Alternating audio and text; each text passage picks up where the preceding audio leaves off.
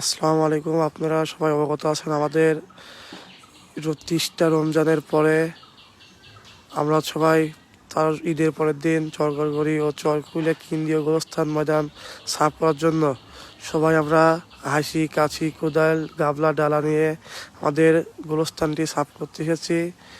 আপনারা সবাই পান খুলে দোয়া করবেন আমাদের চরগড়গড়ি ও চরকুইলে কেন্দ্রীয় গোরস্থান ময়দানে যত মুমিন ও মুসলমান আছে সবাই যেন আল্লাহ তাআলা মাফ করে দেন, জান্নাত বানিয়ে দেয়।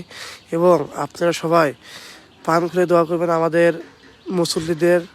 সবাই ঘুম কামাই করে সকাল ফজরের নামাজ কালাম পড়ে সবাই গোরস্থান ময়দানে যে যেমন পারেছে সবাই নিয়ে চলে এসেছে আমাদের গোষ্ঠী সাফ করতে। কারোর হাতে কোদাল, কারোর হাতে হাসি, কেউ আবার মাটি করছে সুন্দরভাবে পাতা পড়ে। আমরা একটাতেই আমরা অবগত, আমাদের গোরস্থানটা অনেক সুন্দর, মানে অনেক বড়। আপনারা সবাই দেখবেন, সবাই পান করে দোয়া করবেন আমরা যেন আবার সামনে সুন্দর দিকে পরিবেশ এবং সবাই যেন একসাথে কাজ করতে পারি, এই বলে আমাদের সবাই দোয়া করবেন। আর বিশেষ করে দোয়া করবেন আমার এই চরগড়গড়ি চরকুইলা যত গোরস্থানে মায়েত আছে সবাই যেন জান্নাতুল ফেরদাউস হয়।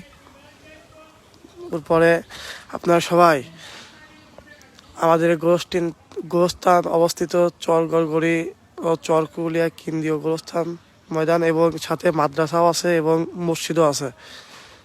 আর আমাদের এখানে মানে অনেকগুলো গ্রাম মিলে আমাদের একটাই গোরস্থান, অনেক বড়।